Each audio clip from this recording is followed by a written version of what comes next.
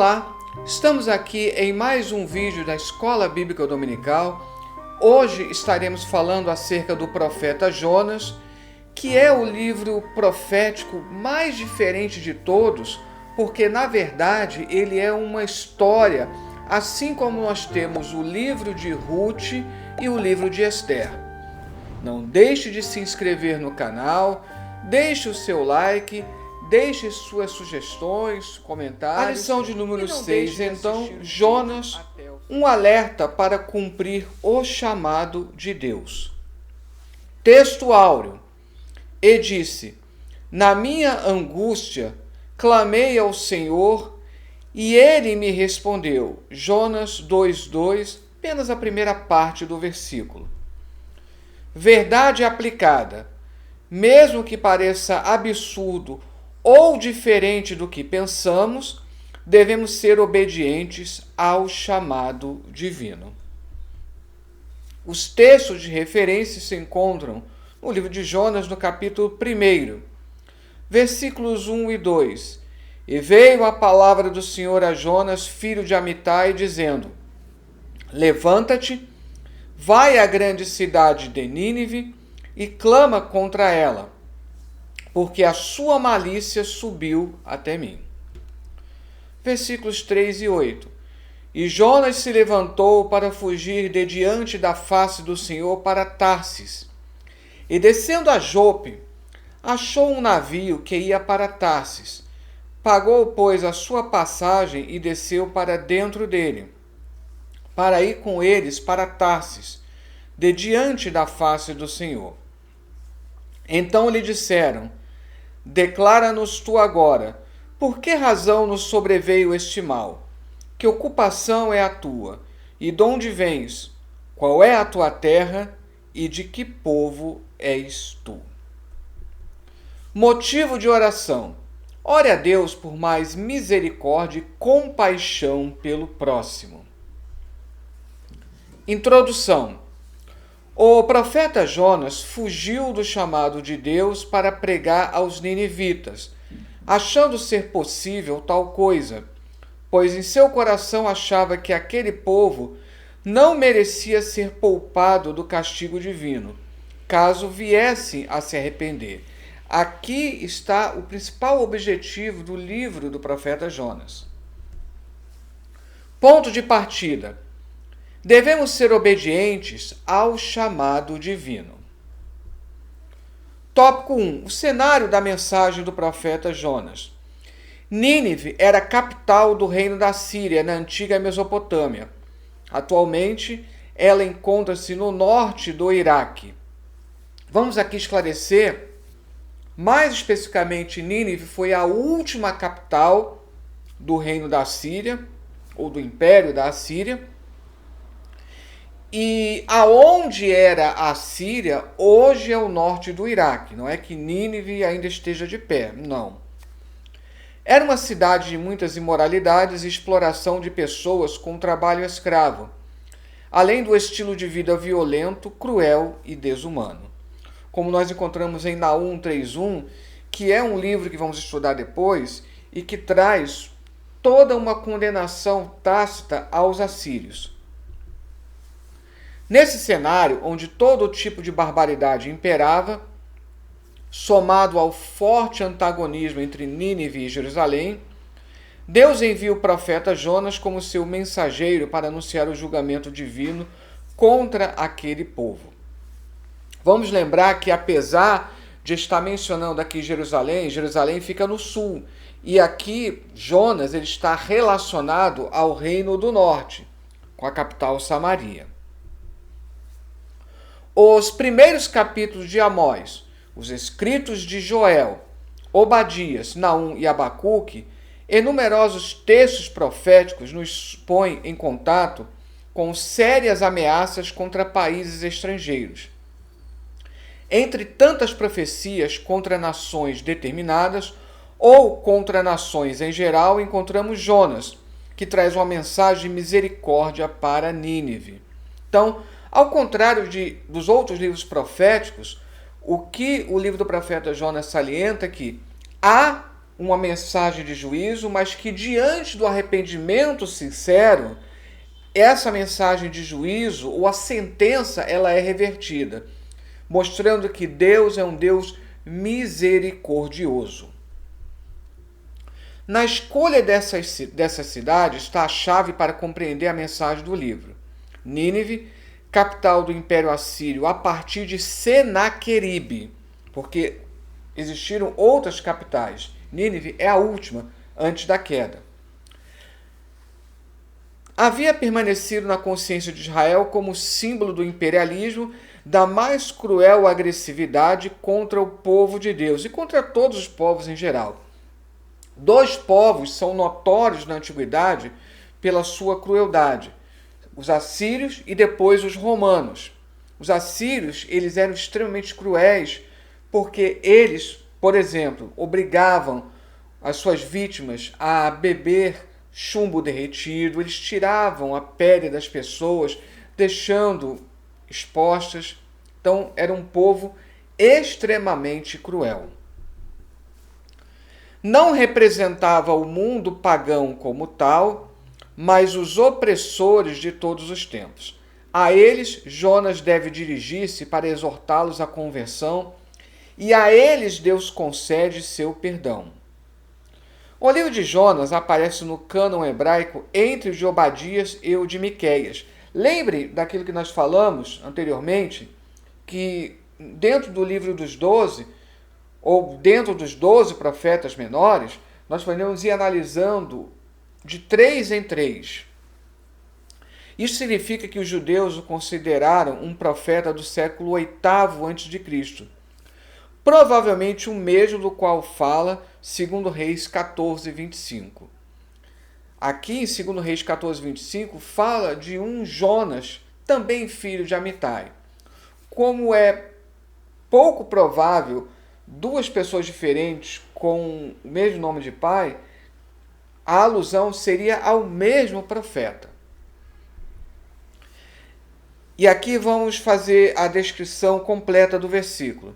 Restabeleceu ele, fazendo uma menção a Jeroboão II, os limites de Israel, desde a entrada de Amate até o mar da planície, segundo a palavra do Senhor, Deus de Israel, a qual falara por intermédio de seu servo Jonas, filho de Amitai, o profeta, o qual era de Gat-Efer.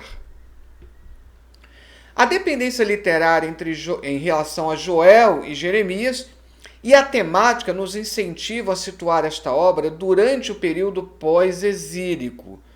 Ou seja, não seria, caso se trate do mesmo profeta, porque alguns vão duvidar se realmente é o mesmo profeta, mas caso se trate do mesmo profeta, então não é o próprio Jonas quem escreveu, mas um outro que escreveu acerca dele tempos depois, no período do pós-exílio. Uma datação mais exata é difícil. Alguns autores a datam no século V a.C., considerando a obra uma reação contra o nacionalismo exagerado de Esdras e Neemias. O que quer dizer aqui? Esdras e Neemias, pensando na pureza do povo de Deus, fez de maneira extremada uma separação dos povos gentios. No entretanto, Deus quer alcançar esses povos também. Por isso, o livro de Jonas, junto com o livro de Ruth, apresenta essa mensagem da possibilidade de povos ou odiados, ou povos que estavam excluídos da Assembleia. Um povo odiado era o assírio, e um povo excluído da Assembleia, os moabitas, que aparece lá no livro de Ruth. Mas ambos os livros mostram isso, como Deus quer alcançar todos os povos, independente de sua origem, independente de sua situação. Desde que eles se arrependam, que eles abracem o Deus de Israel, eles são recebidos.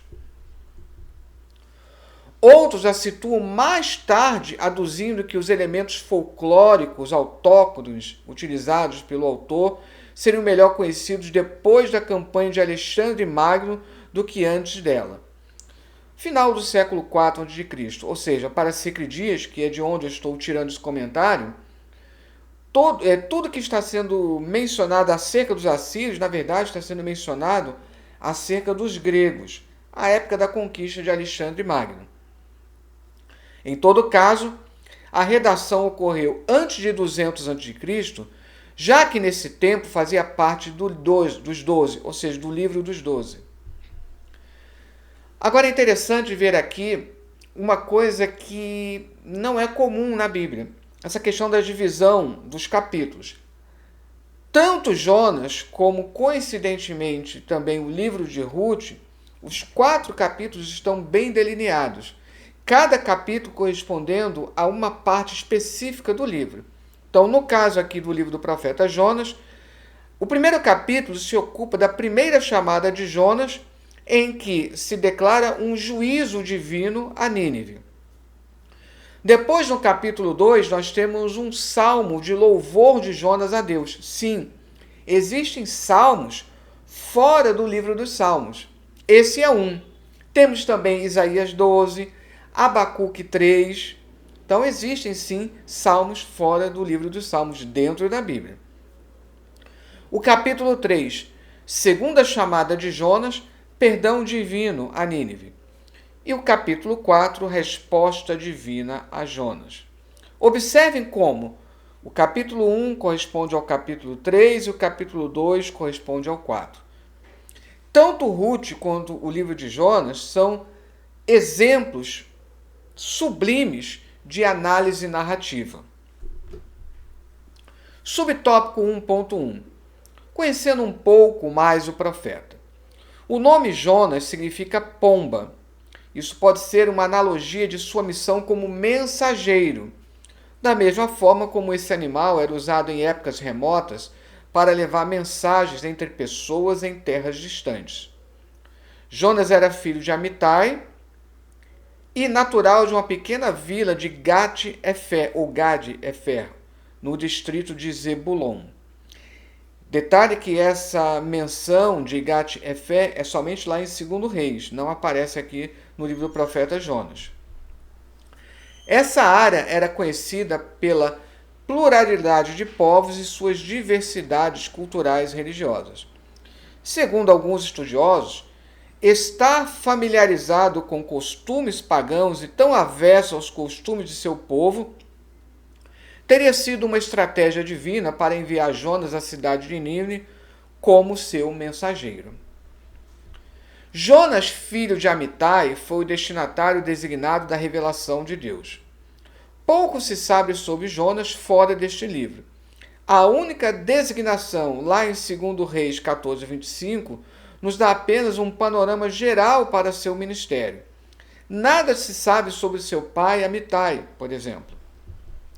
Embora alguns tenham visto grande relevância no significado de Amitai, no hebraico quer dizer verdade, ou verdadeiro, ou fidedigno, e no nome Jonas, que quer dizer pomba, devemos ter cuidado para não interpretar de uma maneira que vá além da intenção óbvia do livro.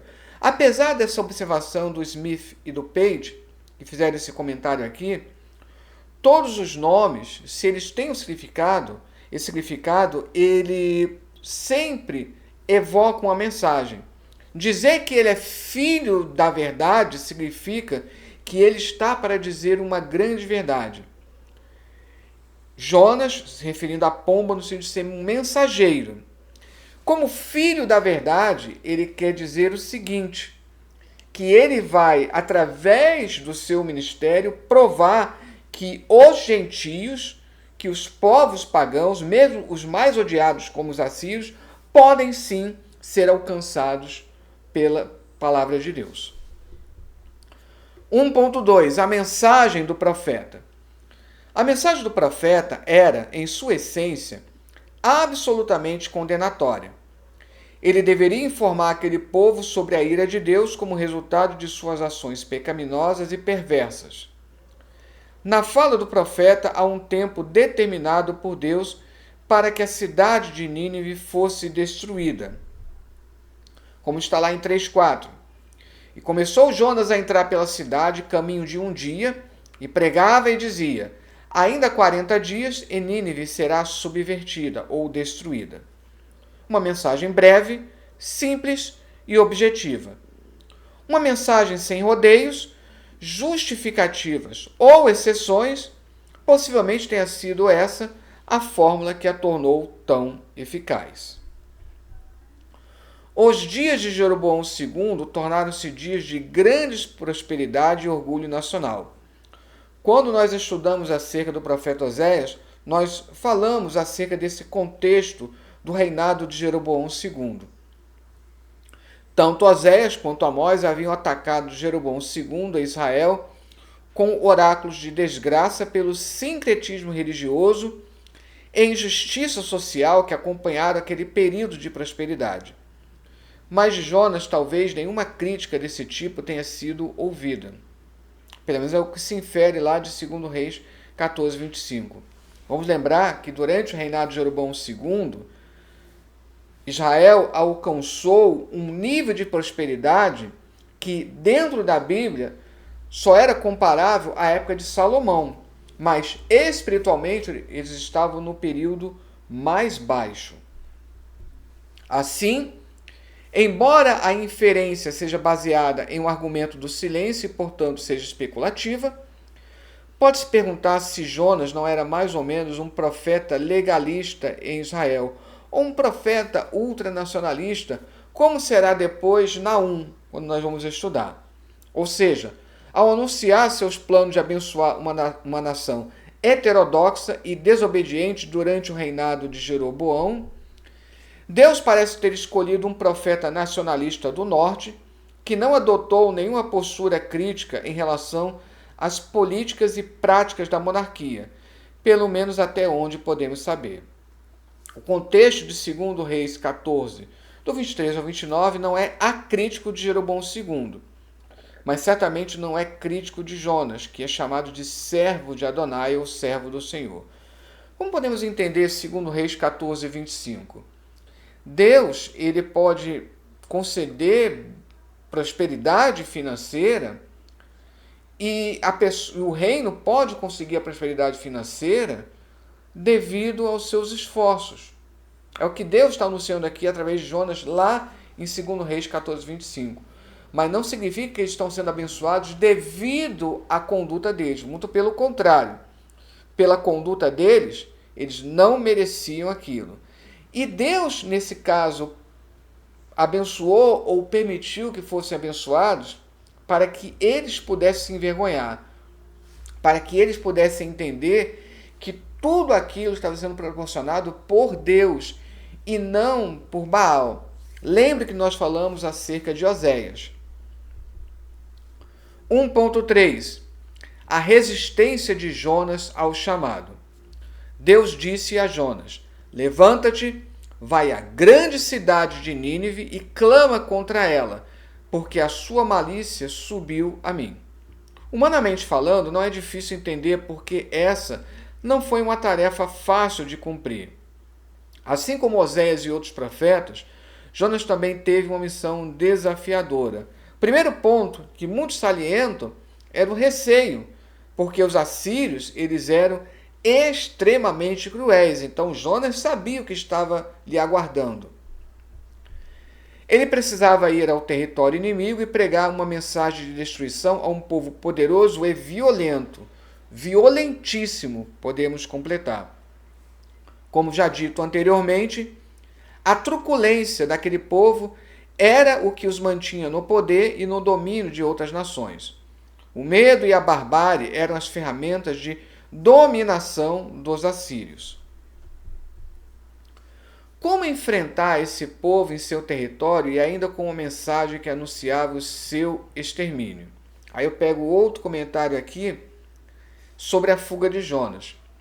A reação de Jonas é imediata. O verbo inicial, ele se levantou, corresponde ao imperativo inicial da ordem divina. Entretanto, as palavras seguintes revelam de modo impressionante que Jonas, na verdade, não tem nenhuma intenção de obedecer às instruções de Deus. Aí vamos salientar que, além do medo dos assírios, que não era pouca coisa, Jonas também estaria com receio de que acontecesse exatamente o que vai acontecer, que o povo se arrependesse e acabasse recebendo o perdão divino. Então, Jonas, na verdade, ele não queria que houvesse o perdão para um povo que no passado foi tão cruel. Convocado para ir em direção ao Oriente, ele prefere fugir na direção oposta. O destino de sua escolha é a cidade de Tarsis, localizada provavelmente no sudoeste da Espanha, que naquela época era a região mais afastada como quem vai em direção ao oeste. Fazendo então um balanço aqui do tópico 1, eu ensinei que muitos resistem ao chamado de Deus. Contudo, Deus continua nos chamando ao serviço de anunciar a mensagem de boas novas. Vamos agora ao tópico 2, a fuga do profeta. Mediante o desafio da missão que recebera de Deus, Jonas elaborou um plano para que pudesse se eximir, evitando um confronto com o Senhor. Em sua limitação, julgou haver a possibilidade de não cumprir aquele chamado sem maiores prejuízos pessoais. A fuga para um lugar longe de toda aquela missão impossível aos seus olhos foi um ingênuo plano do profeta. 2.1 Jonas e o grande peixe. O fato de algumas traduções do texto bíblico usarem a palavra baleia, ao invés de grande peixe, como em outras traduções, tem sido motivo de grandes discussões, erros e muito ceticismo entre as pessoas. Eles até chacota. De acordo com alguns dicionários gregos, aliás, na verdade, todos os dicionários, a palavra grega subjacente, que é traduzida como baleia, é a palavra ketos, e é definida amplamente como uma grande criatura marinha, monstro marinho ou peixe enorme. A confusão se deve à tradução de Mateus 12,40 e não lá em Jonas, porque Mateus 12,40, citando o texto de Jonas, lá na Almeida Corrigida, traduziu ketos por baleia, de acordo com o texto grego da Septuaginta de Jonas 2,1. Ou seja, lá em Jonas, na Septuaginta, também vai aparecer ketos, que deu origem à palavra portuguesa cetáceo, grupo ao qual pertence a baleia. Mas a Almeida atualizada corretamente traduz por grande peixe, de acordo com o termo hebraico dag gadol, que aparece lá em Jonas 2,1. Então essa questão da baleia, o texto bíblico não diz que era uma baleia. Em Jonas é grande peixe. E lá em Mateus 12,40 também. Só que a Almeida Corrigida traduziu ketos como baleia. E daí veio toda a confusão. Tanto é que, segundo alguns estudiosos, o mais provável é que aqui estivesse falando de um cachalote. Mas, sendo fiel ao texto bíblico, especialmente como está lá em Jonas, e o significado do termo grego em Mateus 12,40, o que temos é um grande peixe. Vamos lembrar que o Novo Testamento foi escrito em grego koiné, e no grego koiné, a palavra ketos está se referindo a qualquer grande peixe. Somente depois é que veio a estar associado mais com baleia. Então, esse é o grande problema de tradução. Os israelitas tinham acesso limitado ao mar Mediterrâneo por causa dos filisteus que controlavam a região costeira do Levante, enquanto os fenícios dominavam a região costeira ao norte. O mar da Galileia chega a ter 19 tipos de peixes diferentes. Entretanto, o Antigo Testamento não identifica nenhuma espécie por nome, mas usa apenas dag. Até mesmo o animal que engoliu Jonas foi descrito apenas como o grande peixe, como nós já salientamos. Pode ser que os israelitas pensassem nos peixes apenas em duas categorias, os comestíveis e aqueles proibidos na dieta do Pentateuco. Vale ainda salientar que, ao ver Jonas, eles poderiam estar associando com Dagon, que era o deus peixe. Entretanto, o mais importante a ser ressaltado é que não importa o quão longe o homem esteja de Deus e de sua vontade, ainda assim o Senhor poderá alcançá-lo e trazê-lo novamente para junto de si. E aqui traz a reflexão do Salmo 139, versículos 9 e 10, e eu vou ampliar aqui, incluindo o versículo 8. Se subir ao céu, tu aí estás. Se fizer no Seol a minha cama, comparar com Jonas 2:2, do ventre do inferno gritei e tu ouviste a minha voz. Inferno aqui, na Almeida Corrigida, está traduzindo Seol, que é a mansão dos mortos, o grande abismo. Então, se eu fizer no Seol minha cama, eis que tu ali estás também. Se tomar as asas da alva, se habitar nas extremidades do mar, até ali a tua mão me guiará e a tua destra me susterá. Comentário do Champlin. Adonai, porém, não tinha rompido definitivamente com seu profeta. Ele nomeou um grande peixe, tradicionalmente uma baleia, por confusão das traduções, como nós já explicamos, para que cuidasse de Jonas. E o grande peixe engoliu o pobre Jonas, aumentando assim a duração da sua vida. No ventre do grande peixe, Jonas podia sobreviver por mais tempo do que dentro da água. 2.2. A segunda chamada de Jonas. Jonas, arrependido, orou e Deus ouviu a sua oração. Ele disse: na minha angústia clamei ao Senhor e ele me respondeu. Do ventre do inferno gritei e tu ouviste a minha voz. Uma vez que o Senhor havia lhe poupado a vida, o profeta tem a oportunidade de retomar os planos iniciais do seu ministério, que eram os planos de Deus e não os seus. Depois que o grande peixe vomitou o profeta em terra firme, e aqui eu saliento, não em praia, Nínive não tinha praia. Então, não é correto dizer que Jonas foi parar na praia de Nínive. Ele pode ter parado na praia de algum outro lugar qualquer, mas não em Nínive. Ele ouviu pela segunda vez a ordem divina para ir a Nínive, lá no capítulo 3. Apesar dos imprevistos vividos por Jonas, o local, os destinatários e a mensagem eram as mesmas. Nada foi alterado por causa dos temores ou da incompreensão de Jonas. Como na primeira cena, lá em Jonas 1, na qual os marinheiros, pelo testemunho de Jonas, se tornam tementes a Deus, os ninivitas, em vez de expulsarem Jonas, que em Nínive é um estrangeiro importunador, acolhem e temem essa palavra proclamada. Todos, começando pelo rei, devem abandonar a maldade. Interessante, começando pelo rei, e era justamente o rei que entre os assírios era considerado o exemplo de pavor, o exemplo de terror. 2.3. O arrependimento em Nínive. Ao ouvir a mensagem, todo o povo creu em Deus, humilhando-se e jejuando, mostrando arrependimento por suas más ações. Do rei até o mais carente do povo, incluindo os animais. Todos ficaram cobertos de roupas de sacos e sobre cinzas. O improvável aos olhos do profeta aconteceu. A perversa, imoral e idólatra Nínive se arrependeu e se converteu. Aqui nós temos no texto bíblico, quando fala dos animais também jejuando, lógico que o jejum é para seres humanos. Animais são seres racionais. Mas quando o texto bíblico quer salientar os animais jejuando, quer salientar com esse exagero, digamos assim, até que ponto chegou o arrependimento lá em Nínive.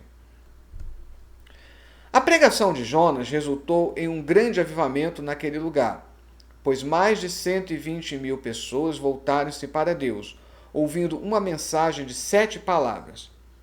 Ainda 40 dias e Nínive será subvertida.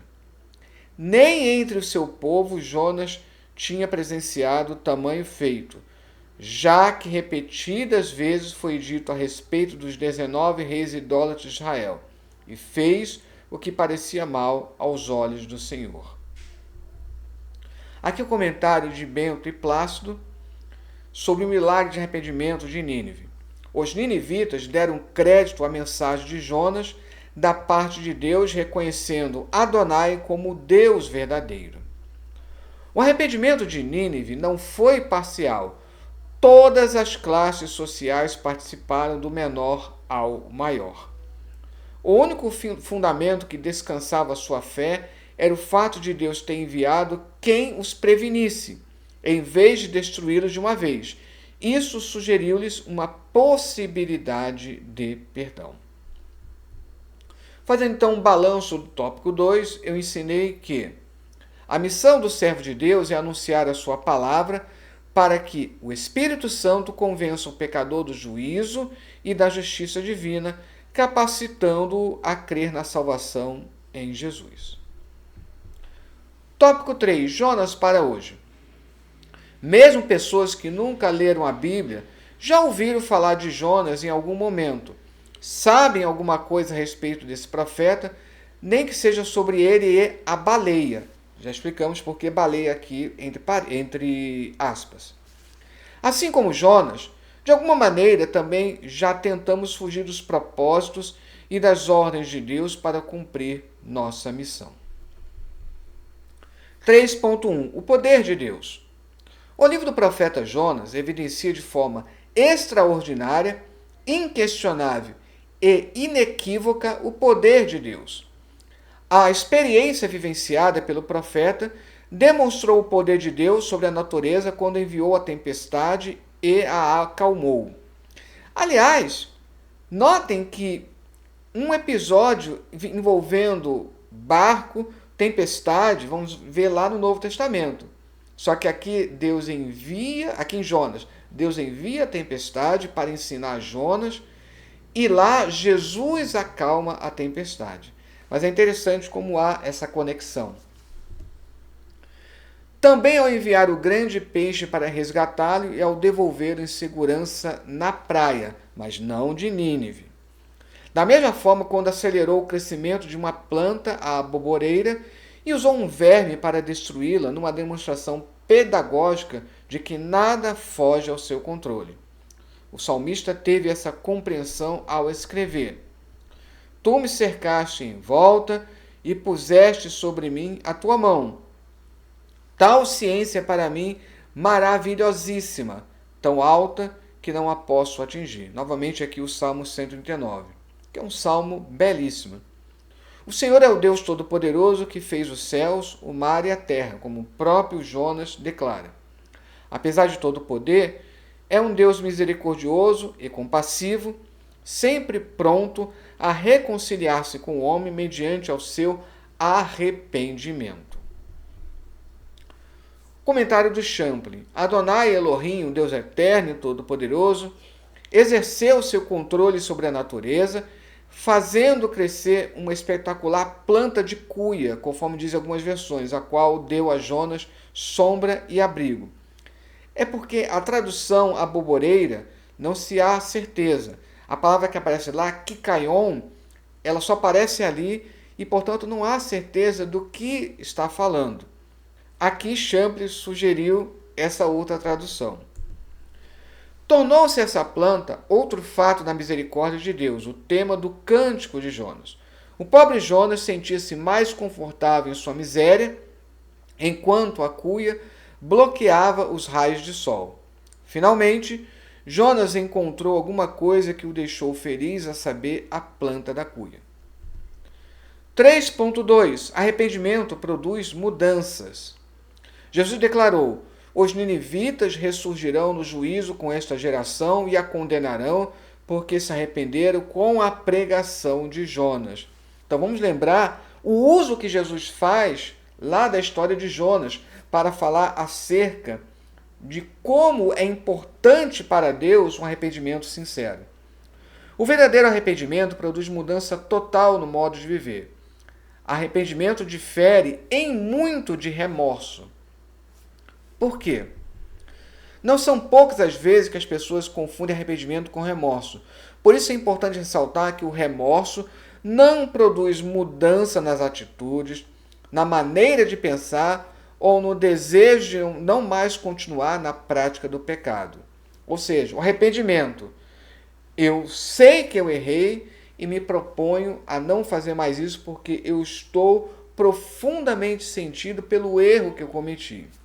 Já o remorso, a pessoa está apenas lamentando as consequências, mas na primeira oportunidade ela repete aquele erro. Isso é o remorso. Na quarta e última cena, lá no capítulo 4, retorna o diálogo entre Jonas e Deus. Na verdade, é mais um monólogo do que um diálogo. O profeta demonstra-se irado por perceber que suas palavras foram acolhidas pelos ninivitas e que Deus abrandou sua ira. Olha que irônico. Ele está irado porque os ninivitas se arrependeram devido à pregação de Jonas.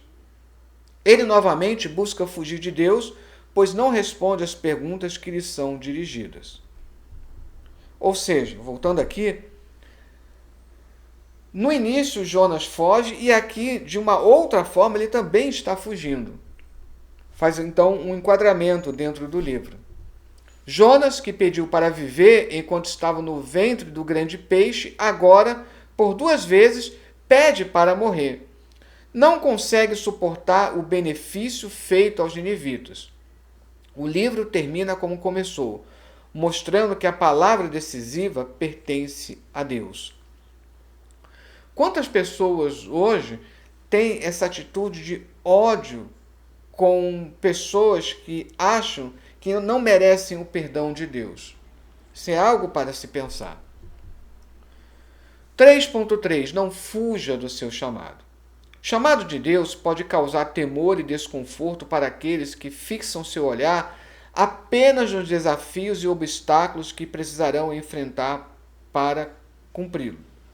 No entanto, a vida de Jonas ensina aos servos de Deus que não se deve fugir ao seu chamado, qualquer que sejam os motivos que insistam em desencorajar ou desmotivar.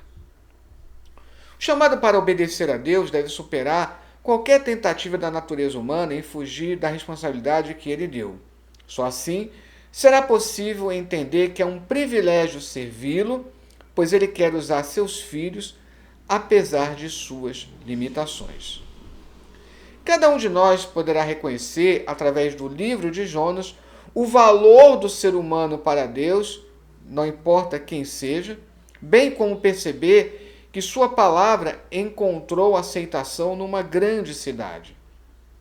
A mensagem do livro nos mostra que é possível realizar uma ação evangelizadora quando a voz de Deus é obedecida. Por isso que o livro de Jonas é um grande manual de missiologia. Fazendo então um balanço no tópico 3, eu ensinei que sabemos que quem muda os corações é o Espírito Santo. O homem não pode mudar outro. Quem convence o homem do pecado, da justiça e do juízo é o Espírito Santo. Nossa função é pregar, mas quem muda os corações é o Espírito Santo. No entanto, ele faz isso utilizando pessoas falhas como eu e você. Conclusão.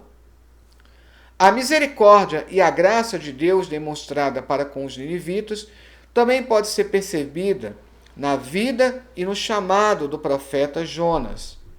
Pois, mediante ao seu clamor, o Senhor o ouviu, dando-lhe uma nova oportunidade, tirando-o das profundezas de sua desobediência. E aqui está, mais uma vez, a bibliografia que eu utilizei para todo esse estudo. Eu sempre me proponho a trazer uma bibliografia, além daquela que é trazida pela revista. E, mais uma vez, também aqui o Novo Dicionário Internacional de Teologia, que é um livro excelente, uma coleção excelente, em 5 volumes. E aqui também, mais uma vez, o livro do Sicre Dias, que é uma grande referência, e que Deus abençoe.